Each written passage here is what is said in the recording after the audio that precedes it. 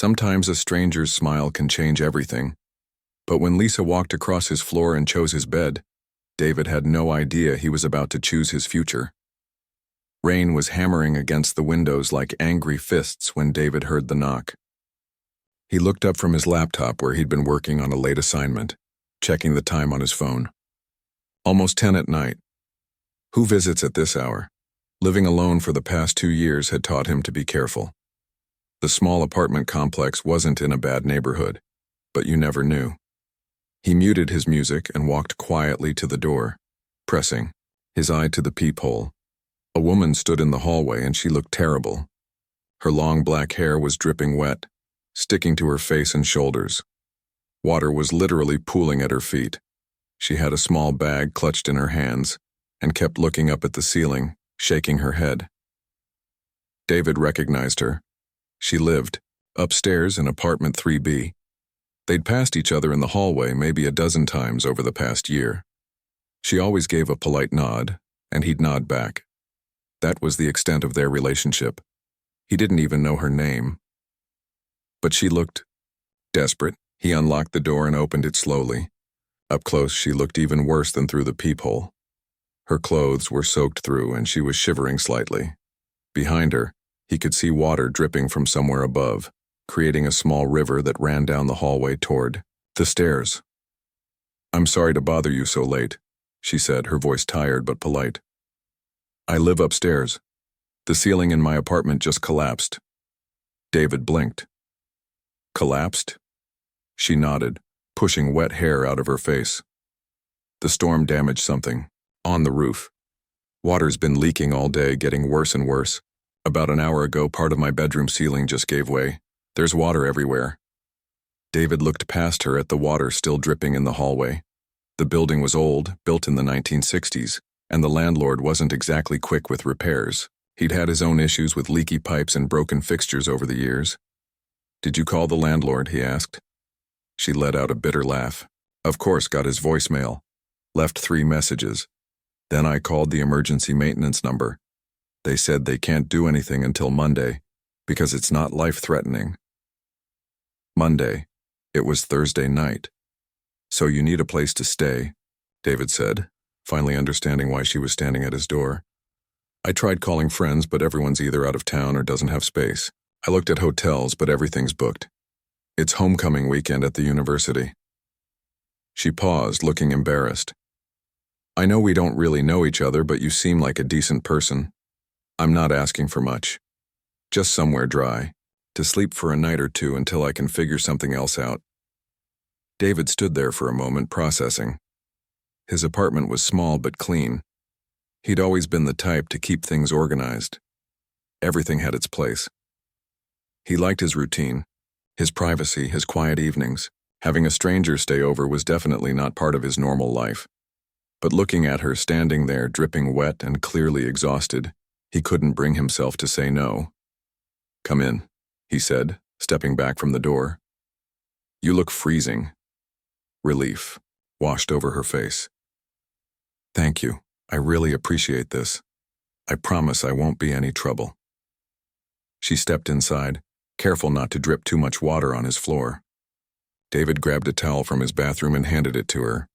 "There's more where that came from," he said. "Why don't you dry off and I'll make some tea or something hot to drink."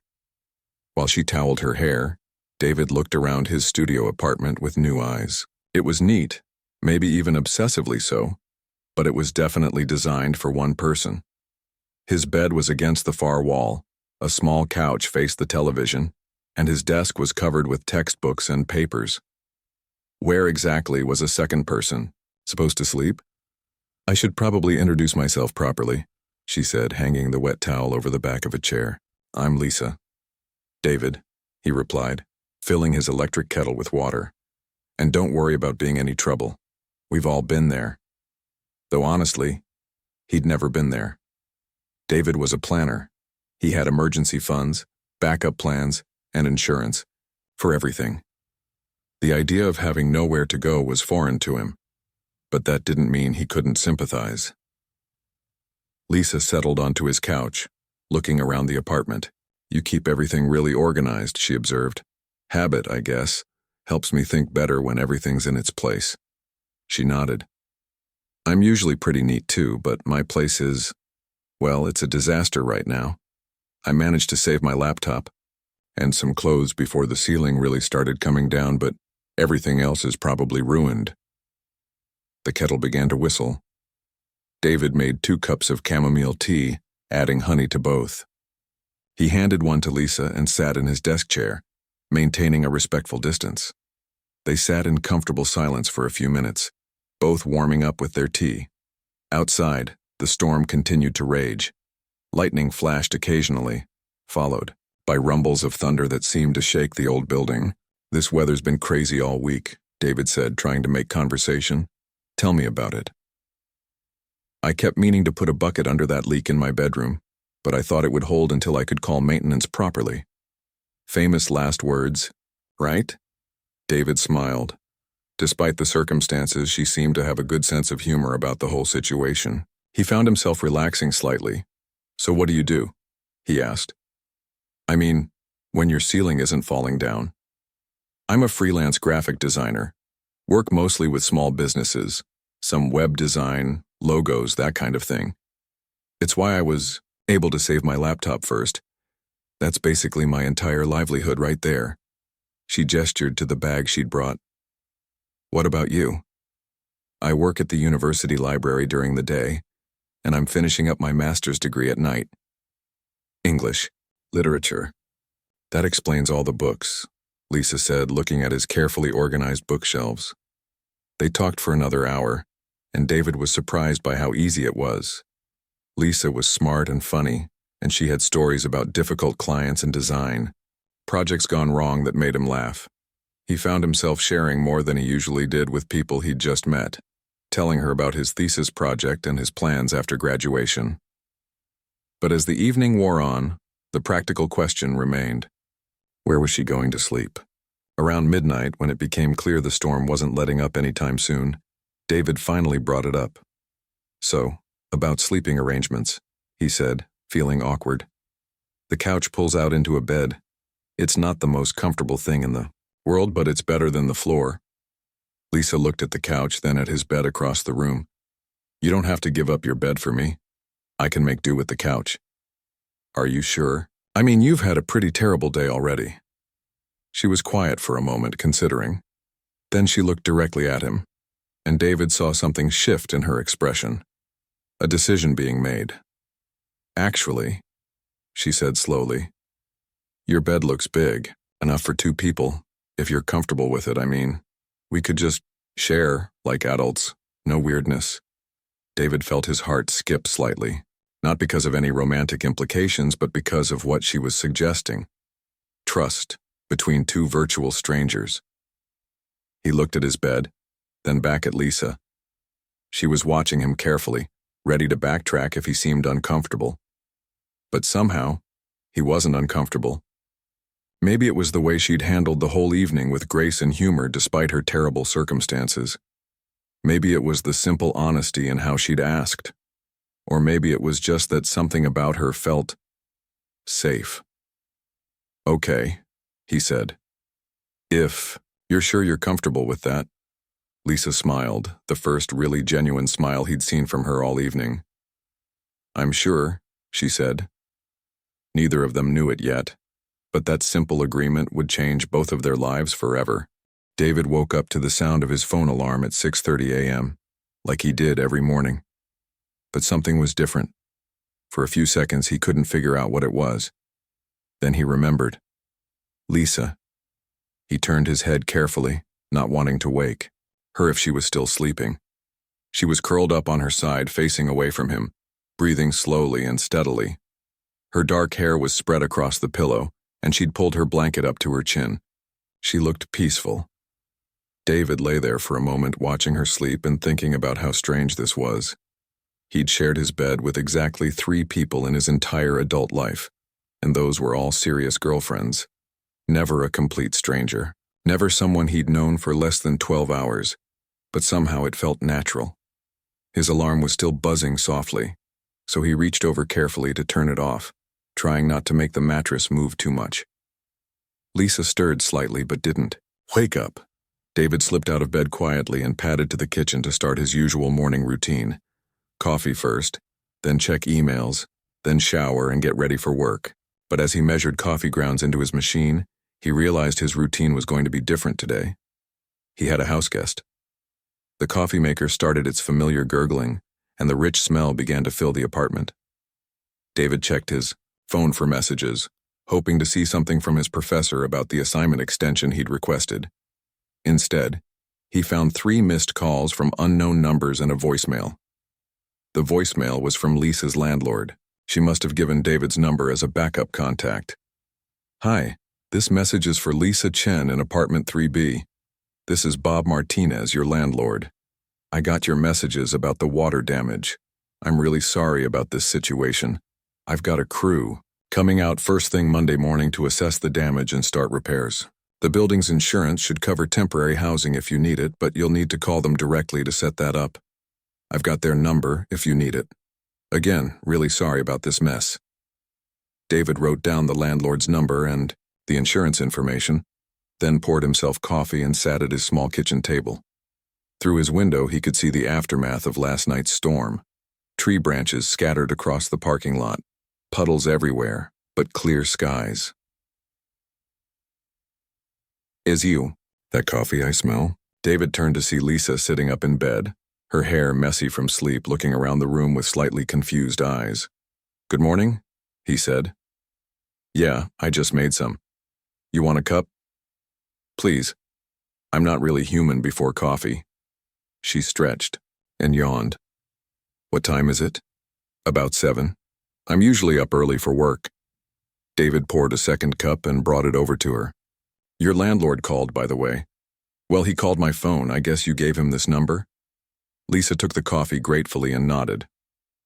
"I didn't want to miss his call if my phone died." "What did he say?" David filled her in on the message while Lisa sipped her coffee and slowly woke up. She listened without interrupting, and when he finished, she sighed. "Monday. So I'm definitely homeless through the weekend." She ran her free hand through her messy hair. "I should probably start calling around to extended stay places." "What? About the insurance thing? For temporary housing? Those things take forever to process. I'll probably end up paying for hotels myself and hoping to get reimbursed later." Lisa looked around the apartment, then back at David. "I should probably get out of your hair today. You've been incredibly generous, but I can't impose on you for days."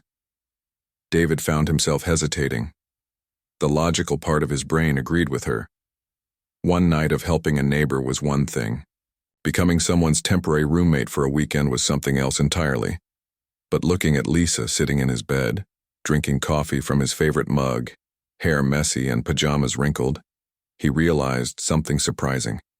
He didn't want her to leave. "You're not imposing," he said before he could second-guess himself.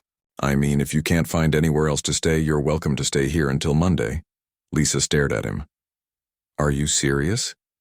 "David, that's incredibly nice of you, but you barely know me. I could be a terrible house guest. I might leave dishes in the sink or watch terrible TV shows or talk too much." David laughed. "Do you do any of those things?" "Well, no, but that's not the point. The point is you don't know that." "I have a pretty good feeling about you," David said, and he meant it. Something about Lisa felt trustworthy. Maybe it was the way she'd been so careful about his space last night, or how she'd handled the whole disaster with humor instead of falling apart, or maybe it was just intuition. Lisa set down her coffee cup and looked at him seriously. "Why are you being so nice to me?" It was a fair question. David thought about it for a moment. "Honestly, I'm not sure. I'm usually not spontaneous about anything. I plan everything, think through all the possibilities, make pros and cons lists. But last night when you knocked on my door, I just acted, and it felt right. And now? Now it still feels right. Look, I work during the day, so you'd have the place to yourself most of the time anyway. And it's not like I have exciting weekend plans that you'd be interrupting." Lisa was quiet for a long moment, studying his face like she was trying to read something there. "Can I ask you something?" she said finally. "Sure. Are you lonely?" The question caught David off guard. His first instinct was to deny it, to say, He was fine on his own that he liked his solitude, but something about the way Lisa asked it, gentle and without judgment, made him consider giving an honest answer. "Yeah," he said quietly. "I guess I am. I didn't realize how much until last night. Having someone else here, just talking to another person. It was nice." Lisa nodded like she understood completely. "I'm lonely too," she said. "I moved here 8 months ago for work, and I still don't really have close friends. Just acquaintances and work contacts. When my ceiling collapsed last night, I realized I didn't have anyone I could really call, no one who would take me in without question." They sat in comfortable silence for a moment, both processing this admission. "So maybe we're helping each other out," David said. "Maybe we are." Lisa pulled her knees up to her chest, wrapping her arms around them. "If I stay, I want to contribute. Let me buy groceries or cook dinner or something. I don't want to just be a burden." "Deal. But you're not a burden either way. And if either of us gets uncomfortable with the arrangement, we speak up immediately. No suffering in silence to be polite." "Agreed." Lisa smiled, and David felt that same warmth in his chest that he'd felt the night before when she'd first smiled at him. "Okay then," she said. "I guess I'm staying until Monday." What neither of them said out loud, but both of them were thinking, was how quickly Monday suddenly seemed too soon. David finished getting ready for work while Lisa made phone calls to cancel hotel reservations and rearrange her weekend plans. They moved around each other in the small space with surprising ease, like they'd been sharing the apartment for weeks instead of hours. "I'll be home around 6, David said as he gathered his things to leave. "There's food in the kitchen, feel free to whatever you want. Wi-Fi password is on the refrigerator."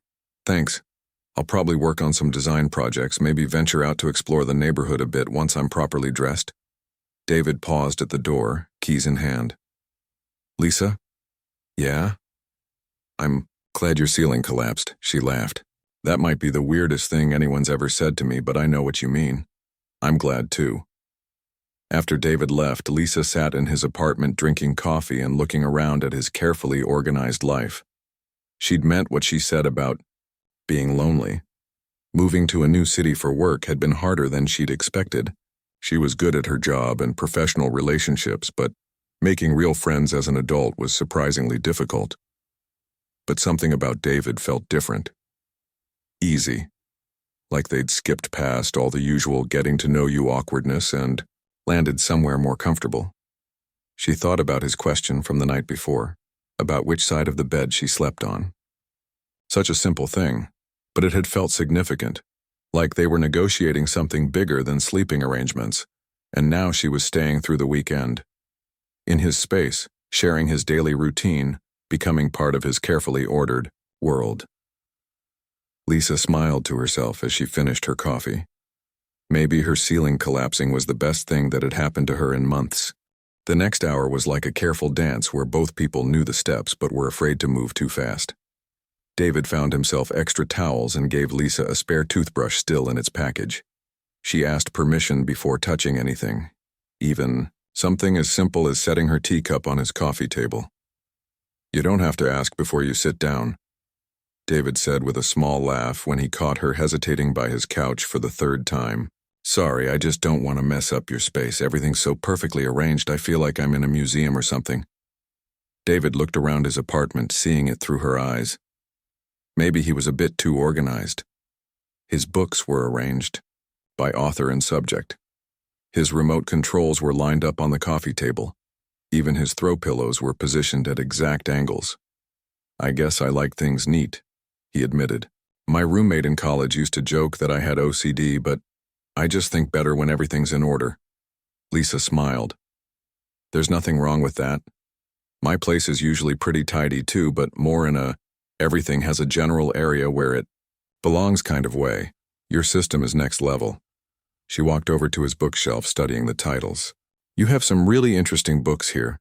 Philosophy, poetry, classic literature, and they're actually worn, like you've read them more than once."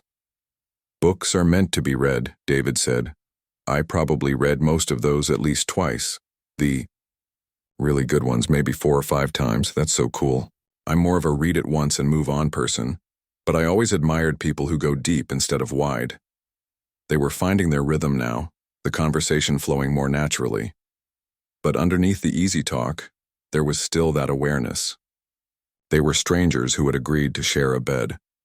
It wasn't romantic or anything inappropriate, but it was intimate in a way that made them both more conscious of their movements and words. David excused himself to brush his teeth and change into his sleeping clothes.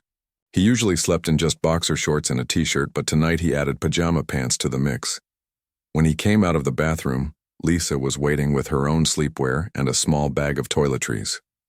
"Your turn," he said, trying to keep his voice normal. While she was in the bathroom, David straightened his already straight bed covers and wondered what he'd gotten himself into. This was so far outside his comfort zone that he felt like he was in someone else's life. He'd never been the spontaneous type. He planned his grocery trips, scheduled his study sessions, and rarely did anything without thinking it through first. But here he was, about to share his bed with a woman whose last name he didn't even know. Lisa emerged from the bathroom looking more relaxed. She'd changed into comfortable-looking pajama pants and a long-sleeved t-shirt. Her hair was damp but no longer dripping, and she'd washed off what little makeup she'd been wearing. She looked younger somehow, more real. "Feel better?" David asked. "Much. Thank you again for letting me use your shower. I didn't realize how much I needed to get warm and clean until I was under the hot water." They stood there for a moment, both looking at the bed. It was a queen size, which was generous for a studio apartment, but still, sharing it with someone you barely knew was definitely going to be awkward. "So, which side do you usually sleep on?" Lisa asked. "The left, mostly, but I can take either side." "Left is perfect for me. I'm usually a right-side sleeper." They'd figured out the logistics, but there was still the question of how this was actually going to work. David had extra blankets, so they could each have their own covers. That would help maintain some personal space. "I have another comforter," he said, reading her thoughts. "We don't have to share blankets or anything." "That would be great, thanks." David pulled his spare comforter from the closet while Lisa checked her phone one more time, hoping for a message from her landlord or the maintenance company. Nothing. "Still no word?" David asked. "Nope. I'm starting to think I'm going to be homeless longer than just tonight." She sighed. "I should probably start looking into extended stay hotels or something tomorrow." "Don't worry about tomorrow right now. One problem at a time." Lisa looked at him with something like gratitude mixed with surprise. "You're really nice, you know that? Most people would have sent me to a hotel and wished me luck." "Maybe, but you seemed genuinely stuck. Besides, it's just sleeping. We're both adults." The words hung in the air between them. Just sleeping. They both knew it was true, but saying it out loud somehow made it feel both more and less significant. David dimmed the lights, leaving just the small lamp by his bed turned on. Outside, the storm was finally starting to calm down. The thunder was more distant now, and the rain had shifted from aggressive hammering to steady pattering. "Sounds like it's letting up," Lisa said. Finally. "This has been one of the worst storms we've had all year." They were both stalling now, having small conversations about weather and building maintenance. Anything to postpone the moment when they'd actually have to get into bed together. Finally, Lisa broke the tension with a laugh. "This is ridiculous. We're acting like teenagers at a sleepover. It's just sleeping." She was right, and David felt some of his nervousness fade. "You're absolutely right. I think I'm overthinking this." "We both are. Look, I'll take the right side. You take the left side, and we'll both probably be asleep in 10 minutes. Tomorrow we'll wake up, have coffee, and this will just be a funny story about the night my ceiling fell in." David nodded, feeling more relaxed. "Sounds like a plan." But as they both approached the bed from their respective sides, David couldn't shake the feeling that Lisa was wrong about one thing. This wasn't going to be just a funny story. Something about this night, about her walking into his carefully ordered life soaking wet and unplanned, felt significant in a way he couldn't name yet. Lisa pulled back her side of the covers and slipped into bed, staying close to the edge. David did the same on his side, very aware of maintaining distance between them. "Good night, David," Lisa said softly. "And thank you. Really." "Good night, Lisa," Sleep well." David turned off the lamp, plunging the room into darkness except for the occasional flash of lightning through his curtains. He lay on his back, staring at the ceiling, hyper-aware of the sound of Lisa's breathing beside him. This was definitely the strangest night of his life, but as he listened to the rain slowly tapering off outside and felt the warmth of another person sharing his space, David realized something unexpected. He wasn't uncomfortable anymore. Actually, he felt more relaxed than he had in months.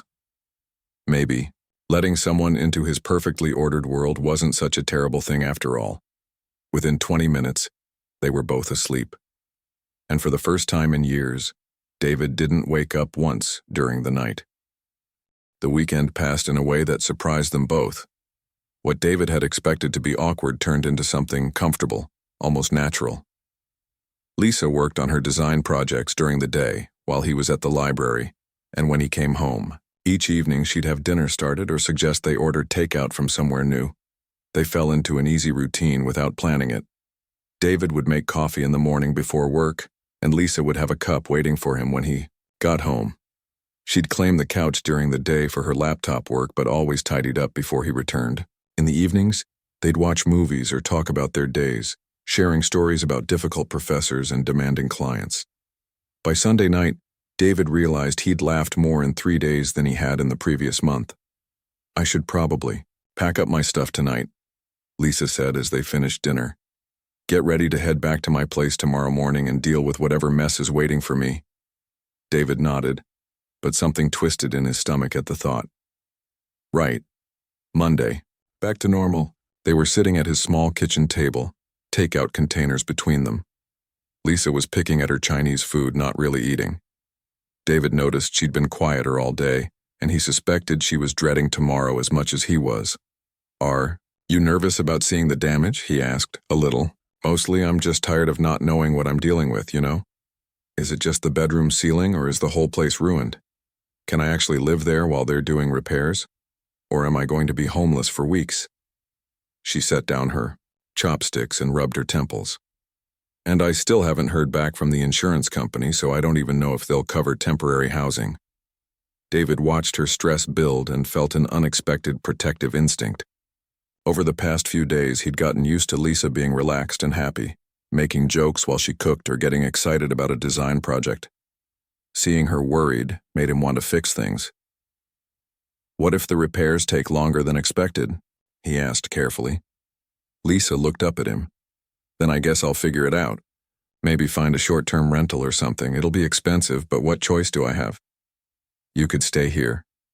The words came out before David had really thought them through. Lisa stared at him. "David, that's incredibly generous, but I can't keep imposing on you indefinitely. You've already done so much. You're not imposing. Honestly, having you here has been nice. Really nice." David felt his cheeks warm slightly. "I mean, if you want your own space, I totally understand. But if it's just about money or convenience, the offer stands." Lisa was quiet for a long moment, studying his face. "You really mean that?" "I really do." "Can I ask why? I mean, we barely knew each other 4 days ago. Most people would have let me stay one night and then wished me luck." David had been asking himself the same question. Why was he so comfortable with someone he'd just met? Why did the thought of her leaving make him feel hollow? "I think," he said slowly, "it's because you fit. I know that sounds weird, but you just fit into my life, my space. You don't make me feel like I have to change anything about myself or pretend to be someone different. And I haven't felt that way about anyone in a long time." Lisa's expression softened. "You fit into my life too. I didn't realize how much I missed having someone to talk to at the end of the day. Someone who actually listens and remembers what I said yesterday." They looked at each other across the table, both recognizing that they were talking about something bigger than temporary housing arrangements. "So what are we doing here?" Lisa asked quietly.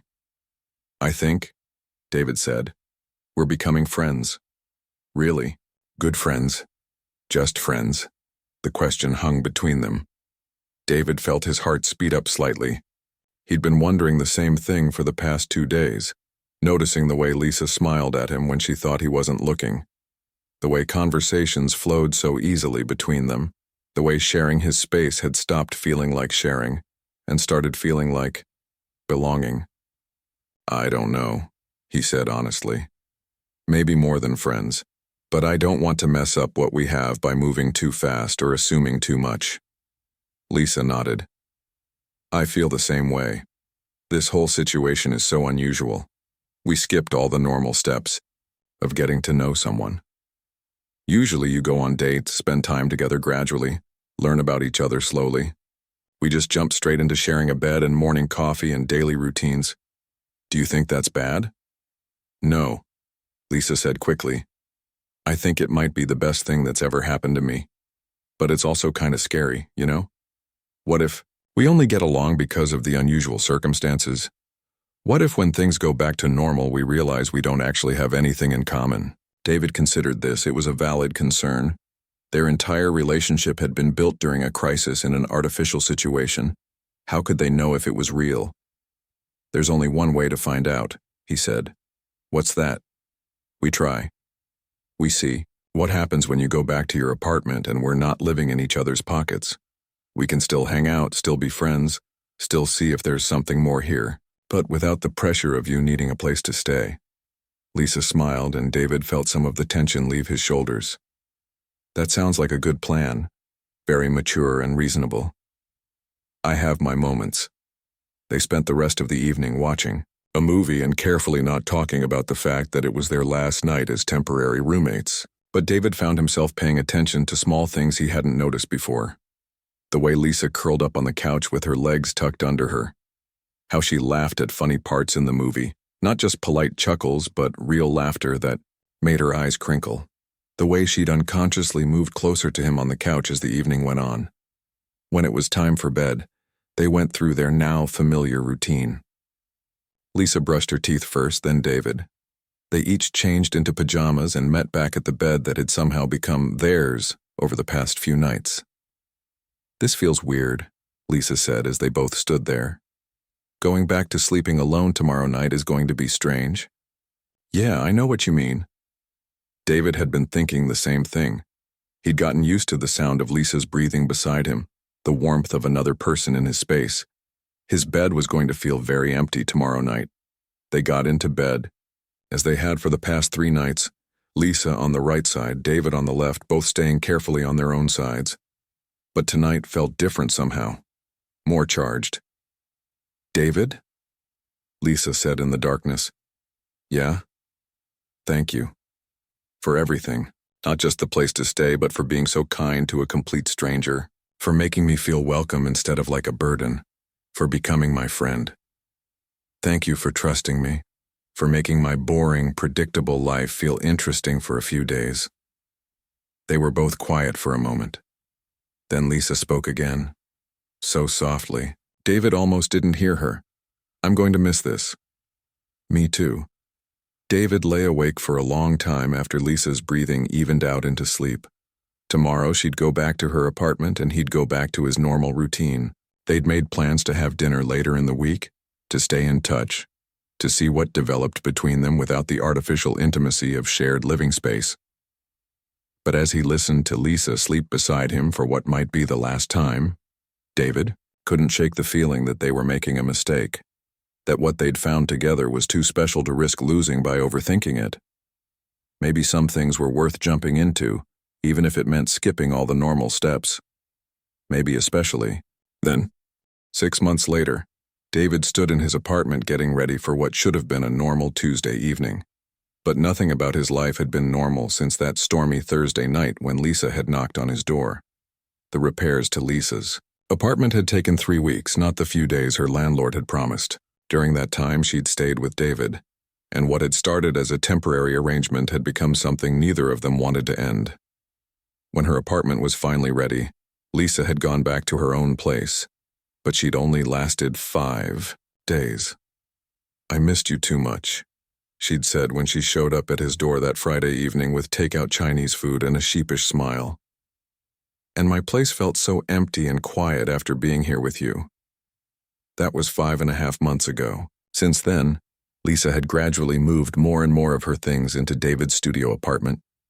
First it was just a change of clothes and some toiletries, then her laptop and work materials, then half her wardrobe and her favorite books. They'd never had an official conversation about living together. It had just happened naturally, the same way everything between them seemed to happen. One day David realized that all of Lisa's important belongings were in his apartment, and she hadn't slept in her own bed in over a month.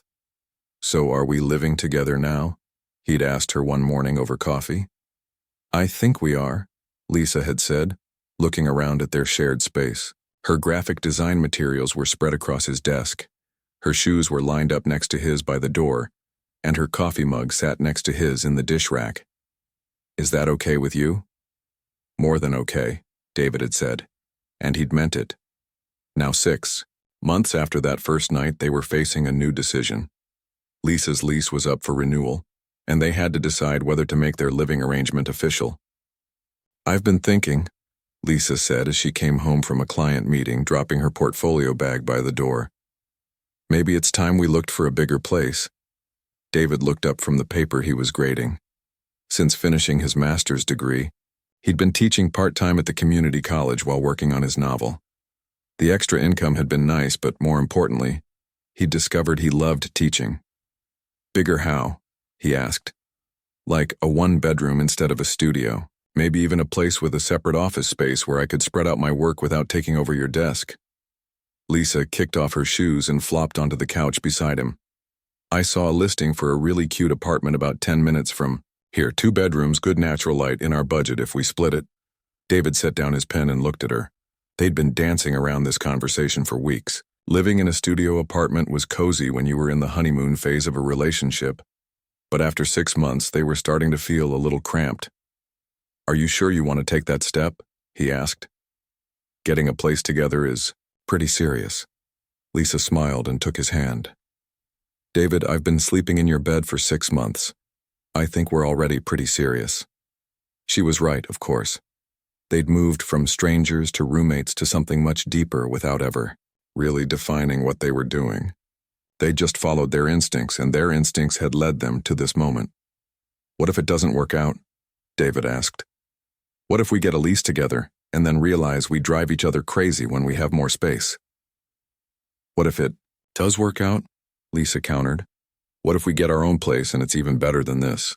David looked around his studio apartment, thinking about how much it had changed since that night Lisa first walked across his floor and chose his bed. Her plants were thriving on the windowsill, something David had never been able to manage. Her artwork hung on his walls, adding color and personality to spaces that had been purely functional before. Her books were mixed in with his on the shelves, creating interesting combinations he never would have thought of. The apartment was still organized, but it was organized for 2 people now instead of 1. And somehow it felt more like home than it ever had when it was just his space. "I love you," David said suddenly. Lisa blinked, surprised. They'd been saying it to each other for months, but something about the way he said it now felt different, more definitive. "I love you too," she said. "What brought that on?" "Just thinking about how much my life has changed since you knocked on my door. How much better everything is with you in it." David squeezed her hand. "I want to get a place. With you. A real place that's ours from the beginning, not just my apartment that you moved into." Lisa's face lit up. "Really? You're not just saying that because I've been dropping hints about more closet space for weeks?" David laughed. "The closet space is a factor, but not the main reason. The main reason is that I can't imagine my life without you anymore. And I want us to have a space that belongs to both of us equally." "Okay then," Lisa said, grinning. "Let's go look at apartments." They spent the next 3 weeks apartment hunting, and it was the first time they'd really disagreed about anything important. David wanted something practical and affordable. Lisa wanted character and charm, even if it meant stretching their budget. David prioritized location and parking. Lisa cared more about natural light and interesting architectural details. "We're never going to find a place we both love," Lisa said after their 8th apartment viewing. A disappointing studio that was somehow smaller than David's current place despite costing twice as much. Maybe we should make a list, David suggested. Rank our priorities and find something that hits the most important points for both of us. Very you, Lisa said with a smile. But actually, that's not a bad idea. They made their list over pizza that night, negotiating each point like diplomats, working out a peace treaty, must-haves versus nice-to-haves, deal breakers versus things they could compromise on. The apartment they finally chose wasn't perfect, but it was theirs. A spacious one-bedroom with big windows, decent closet space, and a separate area that could serve as Lisa's office.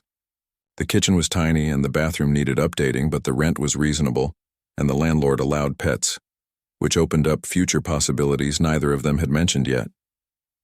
I can't believe we're doing this, Lisa said as they signed the lease 3 weeks later. 6 months ago, I was a homeless disaster knocking on your door, and now we're getting an apartment together. 6 months ago, I was a lonely graduate student who never took risks, David replied.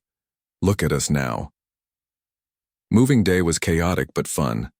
They'd accumulated more stuff than either of them realized, and combining 2 apartments' worth of belongings into one space required some creative problem-solving, but they worked well together, making decisions about what to keep, what to donate, and how to arrange everything in their new home. The first night in their new apartment, they ordered takeout and sat on the floor of their empty living room, eating Chinese food out of containers and planning where to put furniture. This feels different than your old place, Lisa said, looking around at the unfamiliar walls.